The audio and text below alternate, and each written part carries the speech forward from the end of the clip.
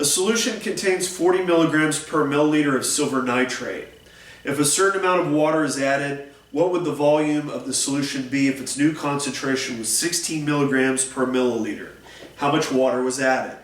Okay, so obviously this is a dilution problem, we know that. And what we have to keep in mind is that the amount of solute is not going to change. It's the same in both situations, right? The only thing that changes is the actual volume of the solution due to the addition of water to dilute it.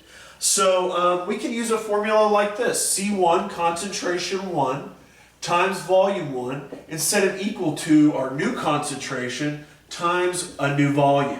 And let's go ahead and plug everything in. We have 40 milligrams per milliliter. That's our initial concentration, right? So what we ought to do for this particular volume, let V1